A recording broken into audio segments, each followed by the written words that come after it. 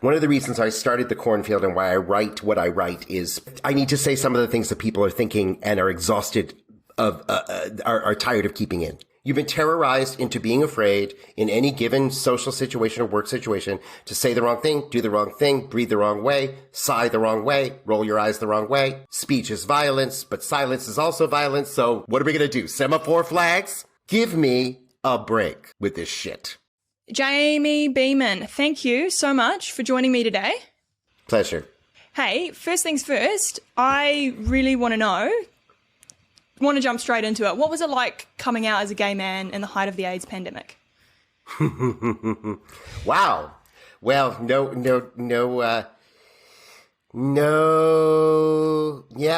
foreplay at all. It was an interesting time. It was a very interesting time. I had a very interesting undergraduate experience in Boston. I went to Boston University. My father taught there. I was a faculty brat, so my brother and I both went there because we didn't pay tuition. But it was a great acting school at the time. But it was the 80s. I was living at home with my mom all through college. So I was very repressed. I was very repressed, but I had been outed from a very young age. I was being picked on as being gay from a very young age. And so I never was really in. When people say, when did you come out? I'm like, I was never really in, but I didn't admit it to myself and admit it to my mom, who was she was my best friend and my, everything, until I was 18.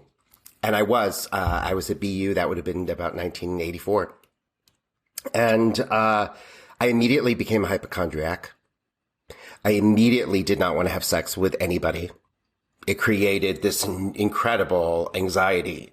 The Fenway Community Health Center, which was one of the first, even before GMHC in New York, I believe, was one of the first clinics that was trying to stem the flow and gather information and get people to practice safer sex. And all of this was really an incredible resource.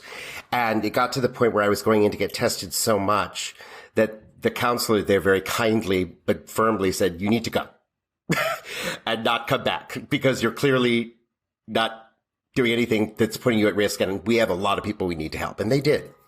It was scary. It was really scary. And I was really young. And I became part of the club scene at that time and right after college. So I worked out all of my stuff on the dance floor, but it was very scary. And one of the first guys I dated in Boston, I liked older guys back then. And then, I say to people all the time now, I used to be into daddies and now I am one and I'm still into daddies. So, whatever. But one of the first guys that I dated passed away from AIDS. And that further kind of turned me into a complete, I was completely celibate but it also radicalized me a little bit in terms of coming out. And I think that it's important for young, especially young LGBT people to know that every trauma like this, every tragedy, and it was a tragedy, what was happening and the way the government wasn't responding to it and the way people weren't getting appropriate information and the way that gay men were stigmatized and still are. They won't take blood if you identify as a gay man. They won't take blood from you, even if you're not, HIV.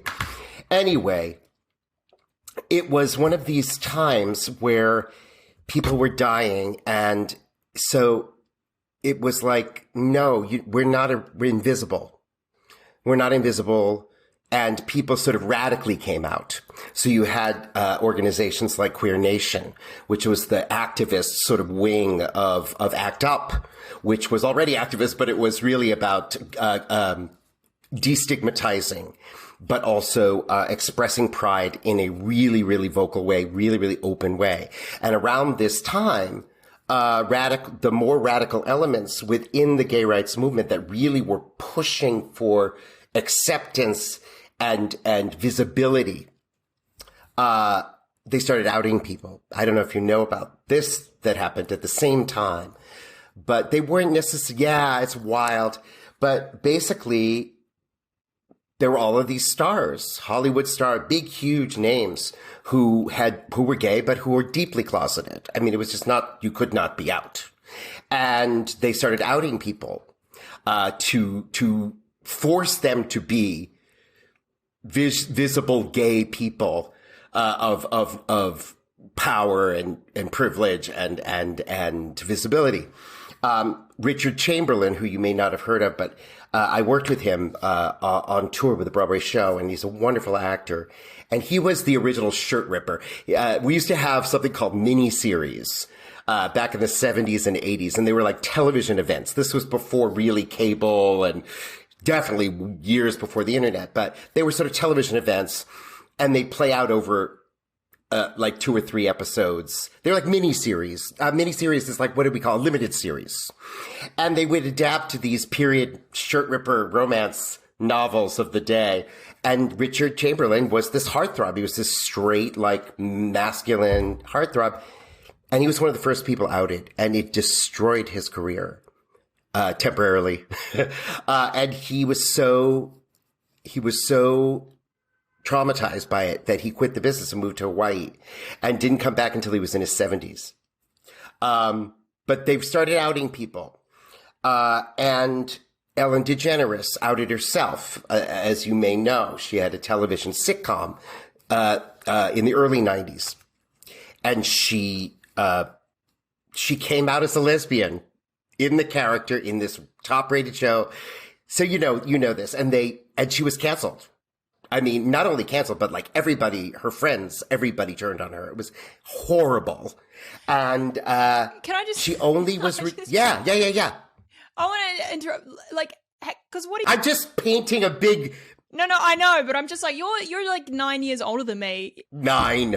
I am not 9 years older than you. You're 9 years older than me. You are. Let's just put it out there. Well, no, this difference is important. Being gay today in the arts is an advantage. You get political points for it. What the hell changed? A lot of things changed. A lot of good things happened. And a lot of bad things happened. I don't know if you know who Matthew Shepard was. No. But Matthew Shepard you must know about. In my next Substack, I have a Substack called The Cornfield, and I write 2 essays a week, pretty kind of saucy sort of commentary on the culture. And I'm doing one about the many, the plethora of all the pride flags, all the special identified, pride flags. And I'm like, you don't know what you're adapting. You don't even know what the rainbow flag means. You don't know what any of this means. So I'm putting together a little basic quiz on your queer history knowledge, just to get in people's faces. But I'm not trying to shame anybody. It's just, these are important people to know about. Back to Matthew Shepard. So Matthew Shepard, in my opinion, with hindsight and with what has happened in the past 3 years, was to the LGBT world what George Floyd was to the black world. Matthew Shepard was a young college student at a university in Wyoming. He was openly gay. He was abducted by 2 young college guys who took him out into a field and tortured him and killed him and left him hanging on a fence. And Matthew Shepard's death was really what galvanized the LGBT movement. Ellen DeGeneres, who had just been sent to the fucking cornfield, which is why I called my thing the cornfield, sent to Siberia, disappeared, came out publicly and said, when will we learn? This is hatred. This must not happen again, to anyone, ever. And she redeemed herself. Suddenly she had a talk show. And the rest is history for Ellen. But the point I'm making is it shouldn't take that. It shouldn't take a George Floyd. It shouldn't take a Matthew Shepard. And when we have somebody who is a martyr, Harvey Milk, you know who Harvey Milk was. I mean, yeah. You're not American, so you get a little pass on that. But Harvey Milk was the MLK. Almost literally, the MLK of the gay rights movement. He was the first openly gay man to be elected to public office in San Francisco. He commissioned the first pride flag, but from a guy whose name I believe is Gilbert Baker. And this guy hand dyed each of the stripes of the color for the rainbow flag that he made for the first gay liberation march. And it's just important to know these things. And because I came out in the 80s, just to get back round robin to your original question, every horror has a gift in it. Every terrible thing that happens, from slavery to AIDS to all of these things, contain within it the seed for survival, the seed for human beings to stand together. I was here for 9/11. I was here in New York City that day. I'll never forget that day as long as I live. I hope that your generation doesn't have to have a day. It could be George Floyd. It could be the trauma of the COVID lockdowns. I can't even imagine having been a young person, especially in high school or starting college and having to do all of that over Zoom and in that anxiety and that disconnection from people. So I don't know what it will be for you, but for us, it was 9/11. It was like the sky was coming down. And AIDS was the same thing. It no longer, thank God, has the stigma it once did, but it still does have a stigma. Fortunately, people who have HIV have treatment now that can give them a normal life and extend their life and their health. So all of those things are great, and I'm glad. I'm lucky. I feel lucky to be a Gen Xer because I got to experience some really cool things that no longer exist. And that may be true for anybody who gets older. I want to bring in some parallels now between, growing up gay 15, even 10 years ago and growing up gay today. I mean, it's almost like we've got it better, but I don't know if we behave like we've got it better.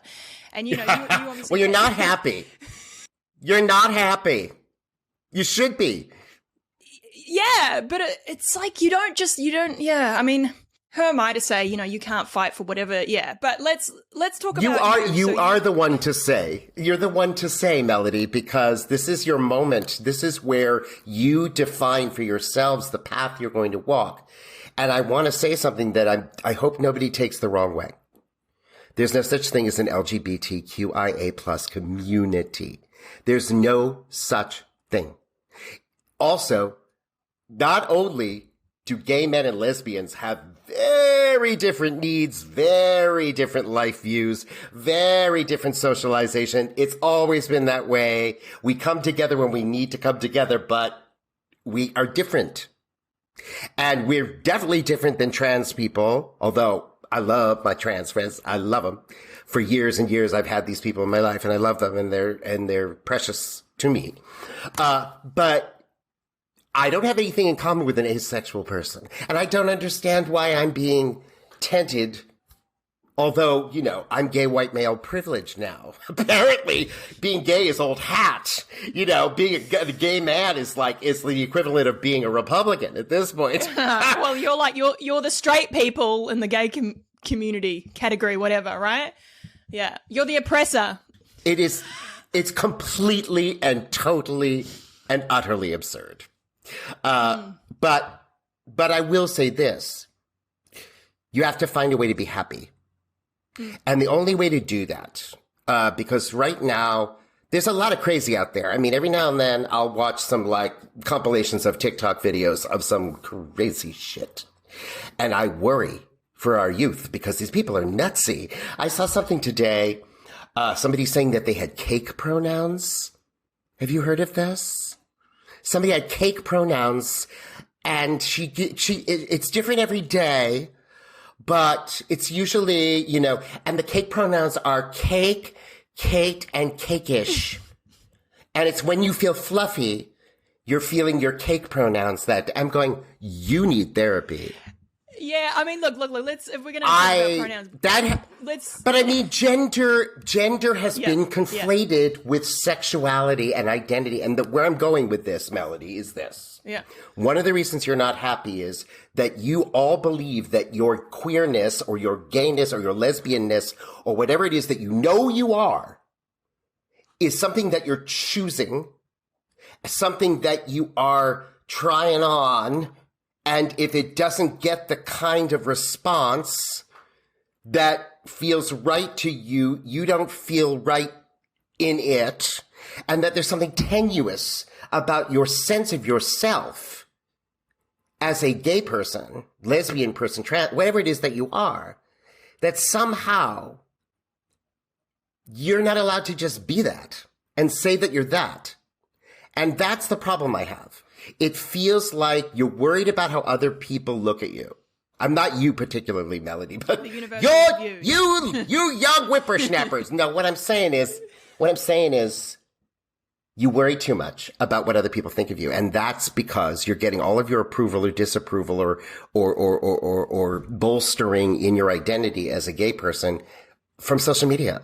And how many likes you get, and if people think you're amazing, and they share, I don't know what it is, retweet or whatever. I'm not on Twitter, but my point is, you have to get out there and interact with other gay people. That is the advantage we had over you. We had to go cruising. We had to go looking for it if we wanted sex. We had to go to bars. We had to meet people. We had to strike up a conversation. We didn't see their genitals in HD. We didn't see their genitals in HD before we met them. We had to kind of get to the opening of the package, is my point. My point to you is we had club life. We had socializing. Can't interact online. That's not real. You have to be amongst your other people and enjoy each other's company and understand each other as people. Listen, I mean, like, I'm 30 now, but what I don't understand is we got to this place where, I mean, it's debatable how oppressed are we today. I mean, it probably depends where you live, right? If you're in inner city, outer city, whatever. But I just does it matter? I can understand. Does it matter? Who's oppressing you? Yeah. No, really. No, Melody, tell me when.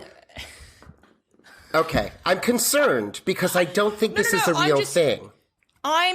I'm thinking about not me. I'm just thinking about I'm thinking about other people. And I know, you've talked about in the Cornfield DEI, diversity, equity, and inclusion, and there is this sort of like victimhood hierarchy, and we emphasize group identity, right? We're looking at each other in terms of these group identities. But I can that's the trend.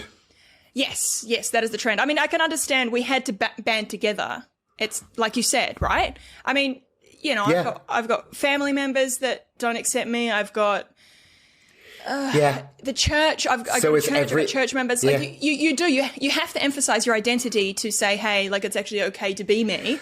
But in every facet of your life, I see a lot of people doing it. It's like, even to get an arts grant, I'm a queer artist. Like, why do we emphasize? I don't even like the word queer.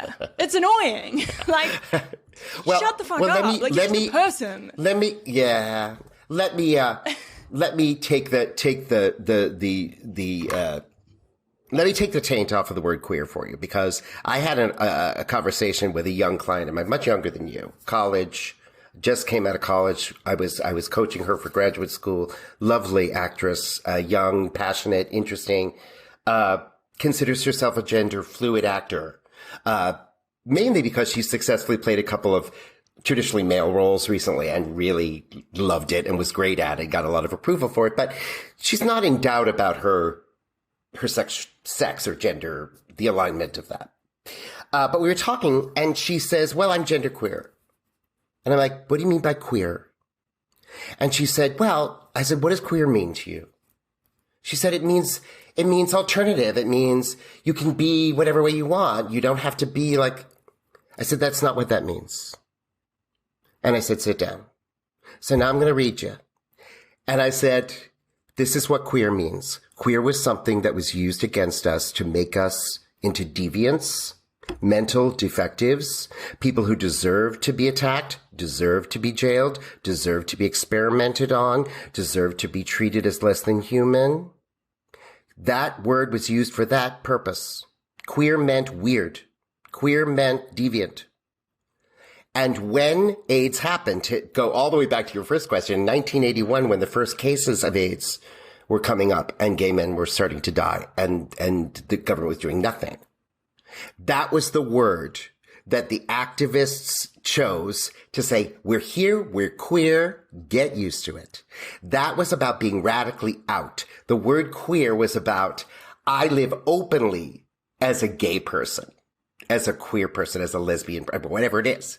Now queer has become this catch. It's like a sink drain for every fetish and Teletubby colored space personality that you think you want to try on for today. Look, I'm an actor. I've been a character actor my whole life. All I do is do funny voices and characters for a living. So I'm all for expression. But none of these people, the problem with it is, Melody, and I hear your heart in what you're saying. There are people out there who are at risk, who are vulnerable, who don't have it as good as other people, whose families throw them out. All of these things, but there are resources for these people. There are dedicated people out there. There are ways to do volunteerism. I worked on a hotline for 2 years, answering phone calls from people who needed help. There's resources out there, but you don't achieve this by lecturing other people about how bad it is for the LGBTQIA plus community with your pink hair and your septum piercing. I am sorry. That is not activism. It's not volunteerism. It's not service. It's not engagement. It's simply squawking about shit and then making it seem like you are as much at risk as these other people, and therefore you're the spokesperson. Putting yourself up there as the high moral high ground and squawking at shit about things that you don't have to live with every day. It puts people at risk. I was talking to somebody the other day about this, and I won't go off on this tangent too far, but I think it's very important, Melody, because I hear the concern. I hear it. And there are things you can do to help people who are less fortunate than you, who are being oppressed. Okay. But we, in America, we live in one of the most tolerant societies on earth. Is it easier for me to be an openly gay man in the middle of New York City in 2023? Absolutely. Is it easy? Would it be easy for somebody like me in Birmingham, Alabama? Maybe not. I mean, we all have to find a way to set an example for each other. That's a community where I can look at you, Melody, and I can say, there is a person who knows who she is. She's being a beacon for other people. She's opening conversation. She's letting people know that they're not alone and is willing to tell the truth. There are people who need that. And I was in recovery. I did recovery at the Gay Center here in New York. Wonderful, incredible counselors, amazing people.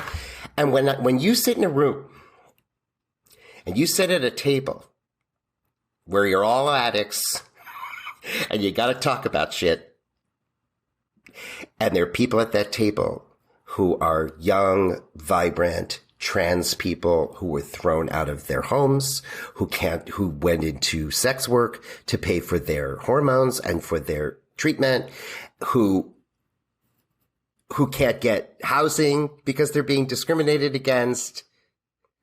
And you realize, I'm lucky. I'm lucky. And so is this person, because they're here with these people who are here and dedicated to help.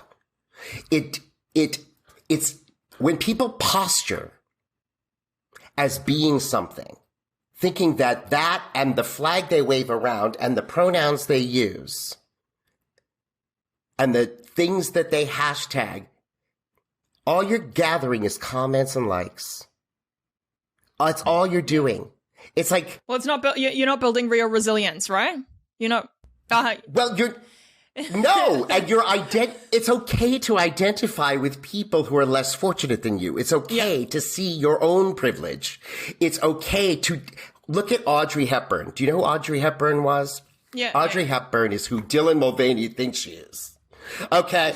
Audrey Hepburn. Audrey Hepburn was the quintessential original fashionista, movie star, fashion icon of pretty much of all time. And she did her career, but what she wanted was to have children, and she wanted to do something with the privilege that she'd been given by her life. She escaped the Nazis from Holland to come to England to study ballet. I mean, her story is an amazing story. She didn't come from anything fancy at all, but she became a super mega person. And she became the ambassador for UNICEF.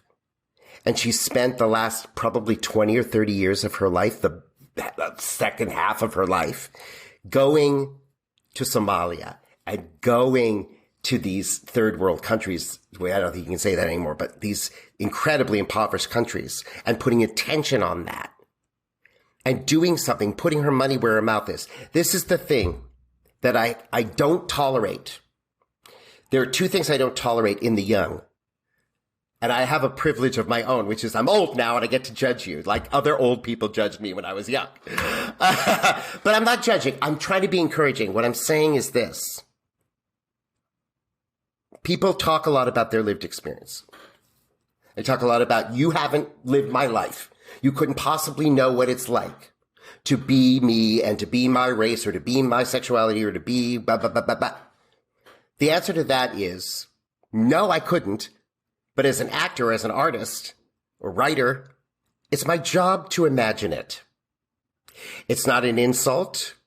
It's a way for us to be human beings with each other. And if the emphasis all the time is on me, me, me, and I, and it all comes from a place of I am part of an oppressed group, and the more acronyms that I can put next to my name and the more things, zimzay, zabbity zoo pronouns that I can adopt to make myself interesting and also to make myself more, I'm going to say this word. And people can take it any way they want. People are trying to make themselves freakish. It's one thing to walk into any room and be, this is me. I love people who do that. I certainly do that. I do believe in propriety. I do believe in good manners. I do believe that if you're going to a fancy occasion, you shouldn't wear jeans and a t-shirt. I'm old fashioned that way. I like opportunities to dress. But my point is, making yourself easily discriminated against means you either identify as someone who's discriminated against, and you get your self-esteem and your power from that, or you don't give a fuck. And you're just going to be you, and here it is, folks. And I love those people too. And they're great. But they're not doing it to go, what are you looking at? You can't have it both ways. You can't go out with fuchsia hair and 15 piercings in your face and all these buttons on and all of this walk out into the world being provocative. Go for it, baby. Yes. Work it, queen. But then you go out there and go, what are you looking at? You're discriminating against me. She's looking at me. She's staring at me. She misgendered me. It's like, bitch, go do something. Yeah, go right. do something. It seems like there's just we're overly fragile. We're fragile. We're emphasizing victimhood, and you are emphasizing victimhood, but you're not fragile at all. Fragile people don't have the wherewithal to get their college professors fired. Yeah, okay. You know what I'm saying? It's like entitlement, right? It's like, yeah, you will bow to my ideological worldview, otherwise, I mean, I can understand how social media it's elitist. Yeah. Yes. Yep. And it's interesting because I have really been looking at this, Melody, and, we've all been sentient beings on the planet and we all have access to the same platforms. I have not been on Twitter in probably about 6 years. So I was not on Twitter at all during lockdown. Where all this stuff fomented. And during lockdown, I was taking caregiving for my mother who had dementia. So I was not tuned into all of this shit. I didn't know what was going on. I woke up like Rip Van Winkle, after 100 years of sleeping into this world. And I'm like, what is going on? You know what I mean? Like, what is happening? Let's talk about this then. I want to know. Yeah. I want to know about your experience and when this happened. I believe you went back into a rehearsal room and you noticed. What the fuck? Yeah. Talk to me about that. There's an activism that entered the workplace. It's entered every workplace, and most institutions have staff, diversity, equity, and inclusion staff, and all of that. So there's an active sort of project going on that's inside whatever else we're trying to do. And I went back for the first time in almost 30 months to a theater rehearsal room and encountered some really, really hardcore, very in-your-face, very confrontational, manipulative, anti-racist activism. And since I was the oldest white guy in the room, I was in the crosshairs. And I walked in not knowing what any of this was. And I didn't know that there were all of these rituals that Robin DiAngelo recommends that people do, where they confront each other about their privilege and they make white people cry and then they ridicule them for making white people cry and call it white girl tears. It is cruel. And it's fucked up. It's fucked up. It's fetishistic. Robin DiAngelo, I could go on all day skewering. You could, but I want to know about your experience. Like, what specifically happened? Okay. Tell me. Okay. Oh, okay. That's probably a good idea. She pulled me off of Robin DiAngelo. I mean, we can go back to that. No. It's okay. Listen, Teddy Roosevelt, who was an American president, his sister Alice Roosevelt, or was his daughter? I don't know. I think it was his daughter, Alice Roosevelt. She was a very outspoken woman for her time. This is the early 20th century. And she said, if you don't have anything nice to say, come sit by me. So that's kind of, I get a little carried away. But my experience was this. We were all present for the rehearsal of a scene in the musical that we were doing, and the scene involved an incident of racial prejudice, where one character, a white female character, had to insult a Latina female character in the play. And the Latina actress playing the Latina character started to verbally beat up on the white actress for not being ugly enough in her bigotry that she was portraying. And she was afraid that she would look like a stereotype of a hysterical Latina if she allowed this woman to underplay her part. And then it turned into a psycho mind game about how this white actress was trying to get away with crying because she started to cry because she was being berated by a fellow actor in front of everybody in the rehearsal room. And she was she was trounced upon by several other BIPOC members of the cast, people of color in the cast, who rushed over to this white actress and got in her face and started screaming at her and telling her to stop crying, that she's not the victim. This isn't about her. It's basically calling her out on her crying and her victimhood and whatever it was. It was an opportunity for a bunch of people of color to inappropriately beat up on a white actor for no reason. With the excuse being, here we have this moment of racial tension in the play. So that is an invitation for a teaching moment, which is what these people think. Now we're going to stop everything because, we're having ancestral trauma over this scene that has triggered us all with its racism. You didn't read the play before you took the job? Give me a break, Melody. This was all staged. It was all planned. It was all, even if it wasn't planned, even if it was spontaneous, these people came in with it in mind that at some point or another, they were going to pull one of these things. The whole rehearsal stopped. We went away for half an hour. I don't know what happened during that time because I was busy, going, what is this? I've been a professional stage actor for 33 years and had never encountered anything like this. So we came back and suddenly we were in a circle up, which I call, ironically, the Kumbaya circle, where we're all in a circle. And suddenly all the people of color in the cast start crying and talking about how hard it is to be in a room full of white people and how traumatizing it is and how tired they are of all the microaggressions. And people are snapping their fingers like this. And I'm going, what? This is a professional theater. We're actors, union actors in a play. What are you doing? And the director was just sitting there and letting it all play out. He was a Latino director, and he at one point said, I stand with the brown people in this cast. Against what? No one was oppressing anybody. Nobody was saying anything inappropriate. Nobody had insulted anybody or done anything except play a scene in a play that was about racism. So this white actress is sitting here shattered while these people not even involved in the incident are going, it's so hard to be black and all these white people. And I'm sitting there going, excuse me. I'm going to speak up for my friend over here, who is a fellow actor who just got beat up on for no reason in this rehearsal room. And I started to read it. And I said, we don't give each other notes. We don't get up in each other's faces and chew each other out in a rehearsal room. It's inappropriate. And they sneered at me, and then they started to insult me. Straight up. The laser rays went right over to the old white guy, to the point where, to avoid ripping somebody's tits off, I stood up and walked out. And for the rest of the production, and this is at a theater in my hometown where I've done 5 leading roles, for the rest of the production, the people of color in the company did not speak to me.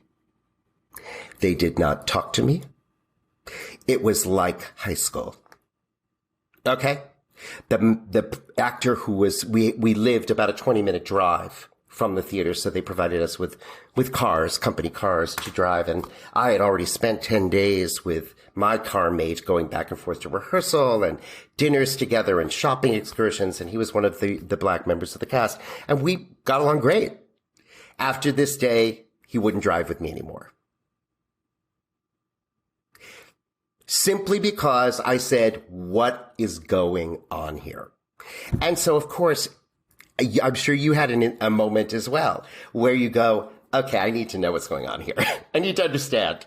And what I came to understand was that my job as a white person was to take the abuse and apologize, or be quiet and take the abuse. And nobody gets to do that to me and call me a racist, because I'm not. And I don't care about the project, because the fact of the matter was we were doing a summer stock theater in Massachusetts by the seaside, doing a jukebox musical. And after almost 3 years of 100% unemployment in live theater in America because of COVID. And this is what you're going to pull? Ingratitude. Ingratitude. There are people eating their hearts out for those frickin' jobs. And I actually heard fellow coworkers, overheard coworkers in the workplace, on that show, in dressing rooms and green rooms. Green room is where we wait to go on stage for those who are not theater folk. Heard them saying, why are we even doing this old white show with all these old fucking white people? And I'm thinking, what? And, you know, I make it clear. I've done my homework. I've been a member of Actors Equity Association. Equity in America is just for theater actors and stage managers so far. And I've been a member of this union since 1990. And I'm very critical of what's going on right now because it is antithetical to what we do and it's hurting people. And the fact of the matter is we have a 51,000 member membership in the union, 51,000 nationwide actors and stage managers, members of Equity. And the fact is, in any given week, nationally, 6% of those people are working. That means 3,500 people are working nationwide from a pool of 51,000. And 54% of that is on Broadway, which is about 3 blocks from where I'm sitting right now. Broadway has 54% of those people, and they're making the top money. They're making the only real money to be made in the theater as an actor. It's 6-figure incomes. There's a huge gap because it's commercial theater in New York City on Broadway, right? There are about 1,700 people making the top money in theater in any given week out of a 51,000 member union. Those are the odds. And when I hear people, young people in show business, I would never have dreamed, maybe drunk at the cast party, but not in the workplace, bad-mouthing my producers, bad-mouthing the subscription audience, bad-mouthing the material itself, calling it creaky, calling it cringy, calling it white, like white. Somebody wants that job. What? It seems to me like people feel justified in their actions. It's like they're bullying people in the name of social justice activism. Like they believe they're doing the right thing, but yeah, why do you think that is? How does a person feel justified in bullying someone in that way? Because it gets results right now. I don't think it always will get results. I think there's going to be a backlash. I think people are getting tired. One of the reasons I started the Cornfield and why I write what I write is people need I need to say some of the things that people are thinking and are exhausted of, are tired of keeping in. Because we've been terrorized. It's terrorism. It's terrorism. You've been terrorized into being afraid in any given social situation or work situation to say the wrong thing, do the wrong thing, breathe the wrong way, sigh the wrong way, roll your eyes the wrong way. Speech is violence, but silence is also violence. So what are we going to do? Semaphore flags? Give me a break with this shit. No, really, because it's not activism. It's not activism. What it is it's a bunch of people looking at each other and going, oh yeah, you figured it out too, right? Mm-hmm. Well, we've already owned our privilege. So now we're going to teach you. It's a teaching moment for you. You're racist. Go you know you yourself. are. Yeah. And you can't win. The whole anti-racist thing is you're automatically racist if you're white. You're born racist. And you can never not be racist, but you can apologize for it a lot. And you can beat up on other white people. And then they're sitting off to the side. Ibram X. Kendi, bless his little dreadlocked suited self, is sitting off in a corner being fed grapes on a Roman sedan, laughing his ass off as the white people beat each other up over who's less racist. Are you kidding me? Ah! I think it's hysterical. I also think it's really ugly and corrosive and dangerous. And it only can be done to have the balls, or as my people say, the chutzpah, to think that you have the right to tell another person how to behave and how to talk and what to say and what not to say and when to say it and what's offensive and what isn't and how dare you. Get out of here. On pain of what? On pain of what? And I don't know about you, Melody. I mean, I'm a very outspoken individual. I always have been. I try not to talk about things I don't know anything about.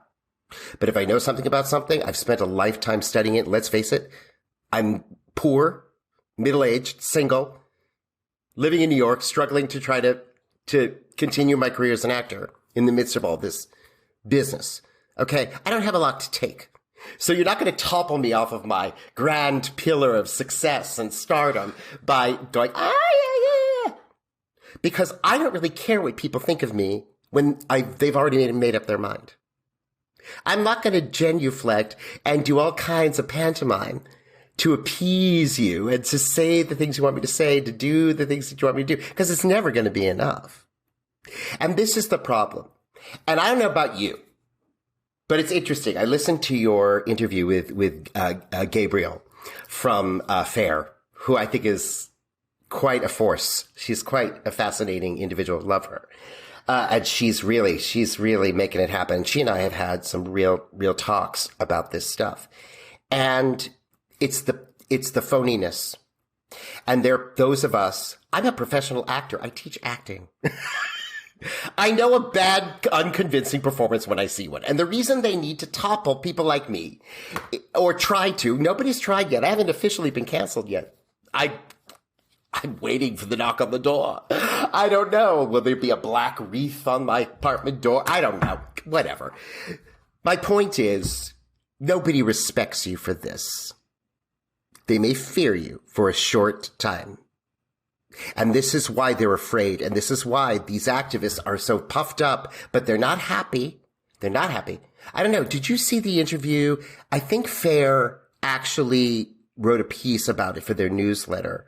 The Foundation for Against Intolerance and Racism is what I'm talking about for your listeners.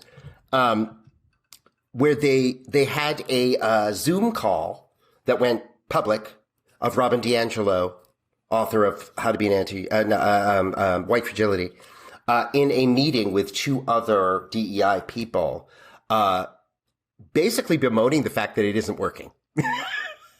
And basically being really upset that corporate overlords, once they figured out what these people are going to be up to in their workplaces, went, yeah, we don't want to do that.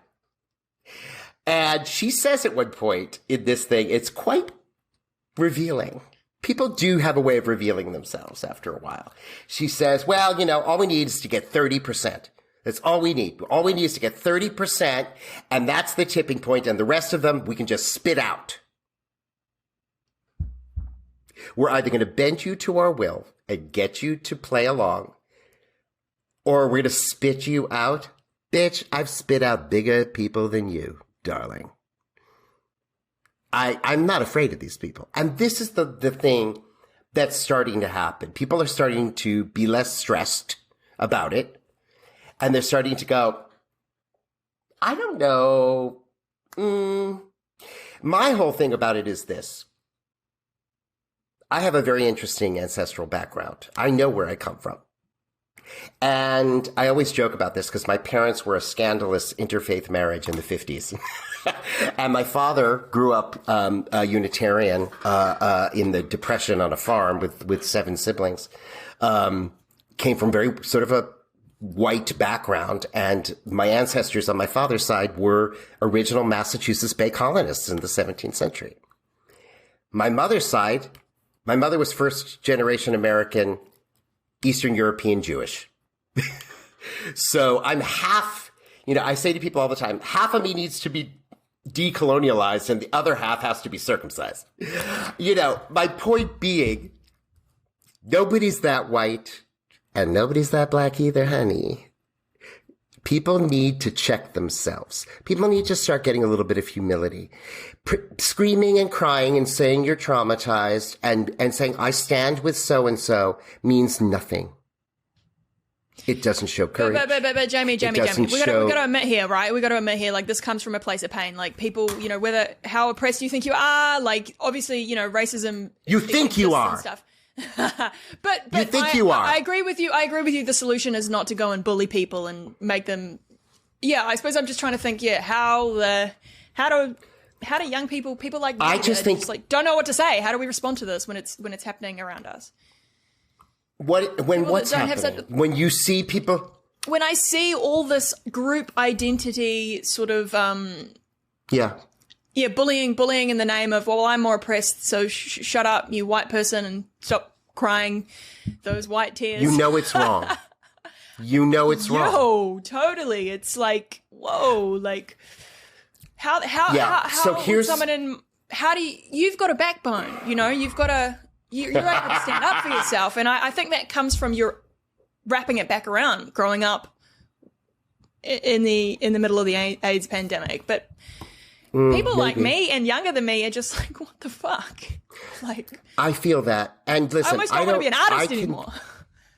No. This is the moment. Okay, now I'm gonna give you some cheerleading right now because I'm a coach. This is something I do very, very well. And I want all of your listeners who are your age and younger, the people you're talking about and you, to hear that when I get sassy and bitchy and all of those things, like I have earlier in this conversation, it is not to shame anyone. It is not to offend anyone. It is not to embarrass anyone.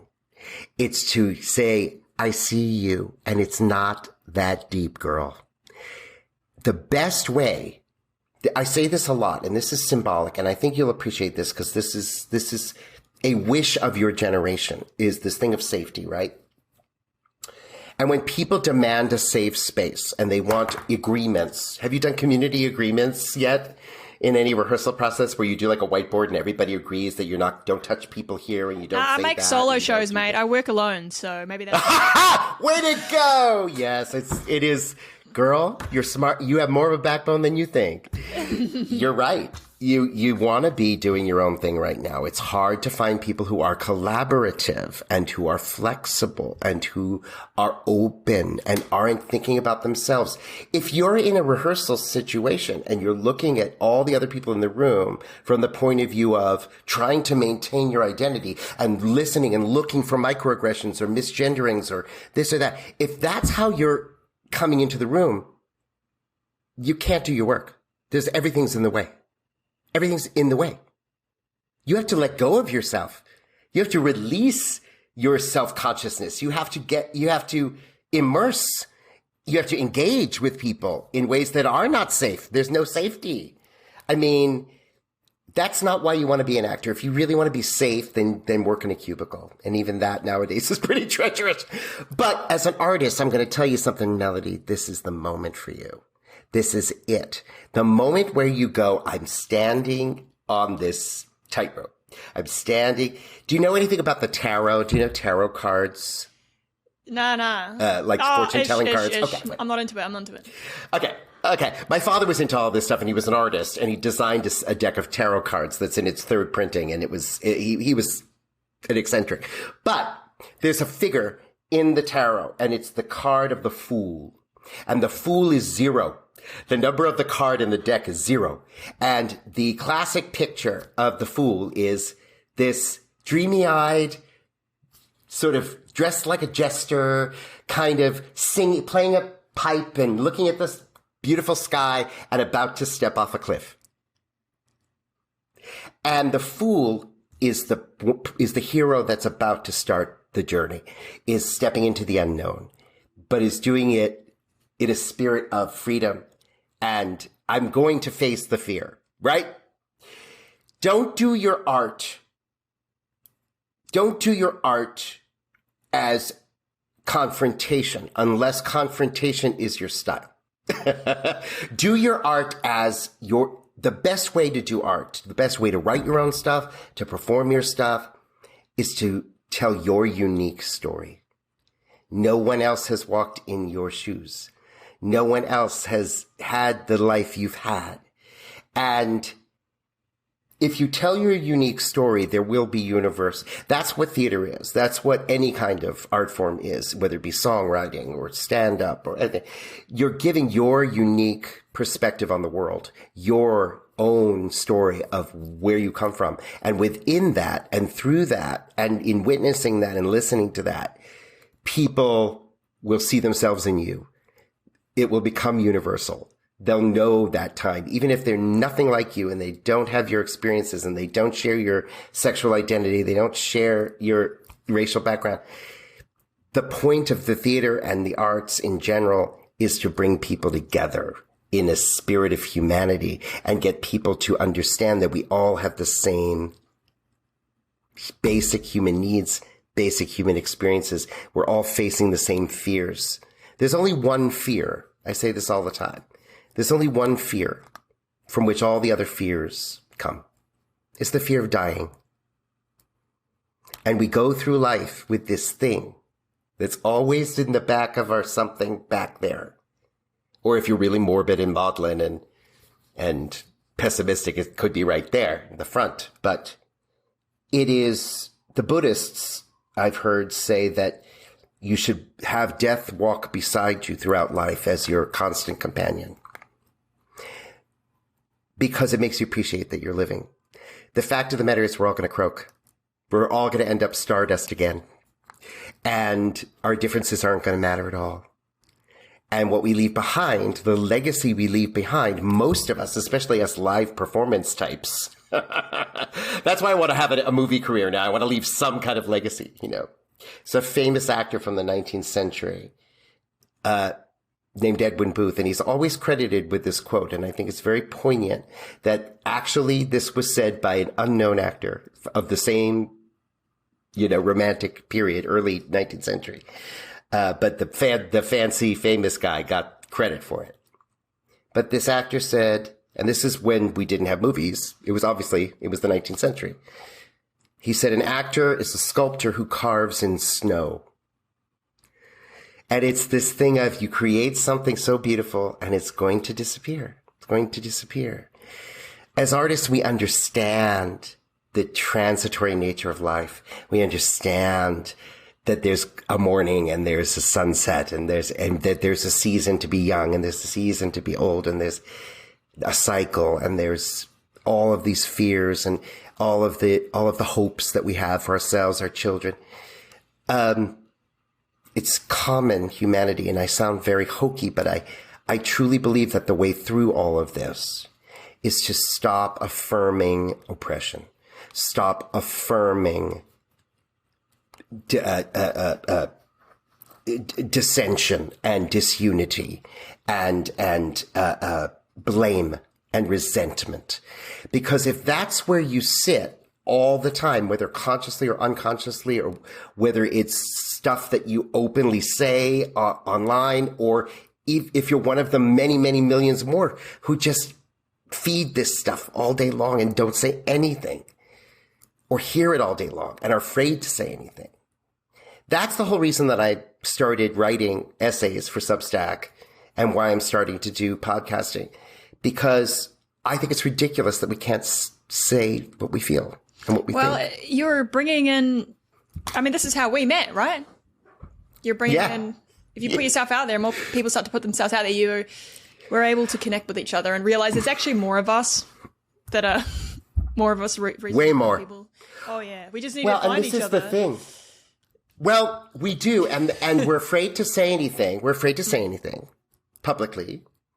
It's really interesting. It's really interesting that people consider people who stand up for free speech now as being far-right conservative. I think that's hysterical. If you know anything about old Hollywood, the Hollywood production code was the thing that made Hollywood movies for, 30, 40 years so racist and misogynistic and people wearing blackface and yellowface and no gay people. And it was because the Catholic Legion of Decency in the 1930s, in protest against the motion picture industry that they saw as corrupting the youth and being, debauched and morally reprehensible, they said, and this was at a time when each Hollywood studio owned their own chain of movie theaters. So there were no independent cineplexes, right? So they owned all the movie theaters that showed all of their movies. It was a huge fucking thing. And the Catholic Legion of Decency said, you either clean up your act or we're doing a nationwide boycott of all movie theaters. And they freaked out. So they hired a front man named Will Hayes, who was this little Weasley guy who had once been a postmaster general for some nothing presidency, just to give it an official look. But it was not the government. It was the moguls in Hollywood, and the studio system itself created the production code. And the production code included things like if a man and a woman are kissing, they can only kiss for a certain number of minutes and they can't open for a couple of seconds and they can't open their mouth. Or if a man and woman are on a bed, somebody has to have a foot on the floor. That's why you see these old movies where married couples are sleeping in twin beds in full pajamas and nighties and, and it's also why the movies were so racist, because in the United States, interracial marriage was illegal until the 60s. And so they couldn't show interracial relationships on the screen. But if they wanted to tell a story about an interracial relationship, it was okay if one of the people wore blackface or wore fake Asian eyelids. Then it was okay, because we knew that there were a white person. It was two white people kissing, and it wasn't that, thing that we're not allowed to see. That is how intense that was. But it was imposed upon the industry by itself in reaction to a loud moral protest. And it was all done to save their own asses and make a lot of money, because that's what they're about, making money. So my point about it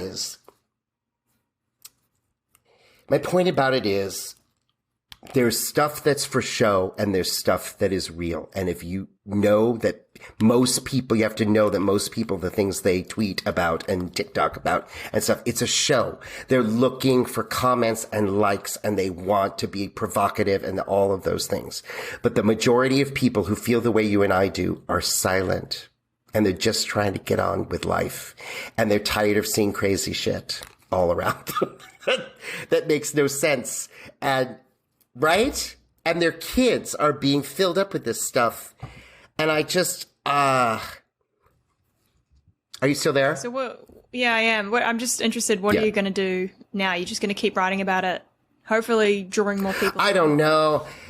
Well, it's interesting that you ask that, because I'm kind of at that impasse where I'm like, what am I going to do? Like, I spoke out and I started writing about stuff, and it feels good to write about things in a way that's humorous and to have a platform for that in this environment. And I've just been kind of feeling very liberated by it. I'm going to continue to write, and I'm going to start the podcast up because I like this kind of engagement. I think we have too few conversations. You know, comment threads are not conversations. And I think we need more of that. Right. And I've been encouraged, and a lot of people have reached out to me privately and been like, thank you for what you're doing. So that's what I'm going to do. It's amazing. Kudos to you. Hey, I think I'm keen to, wrap this up now. Okay. But where can people find you? I'll link it all in the show notes, but it's the Cornfield, right? Terrific. Yeah, my Substack is called The Cornfield, and it's at James Beaman. Beaman is Beaman, which is Beaman. You can't forget that. I was a drag performer for almost a decade, and people love to point out that my last name was Beaman. It's jamesbeaman.substack.com. That'll take you to The Cornfield. I write 2 essays a week about various things. The most recent one, well, it's an old Jewish joke, so you'll have to read it to find out. It's an old creaky Borscht Belt joke that gets the ball rolling, but it turns into something deeper than that.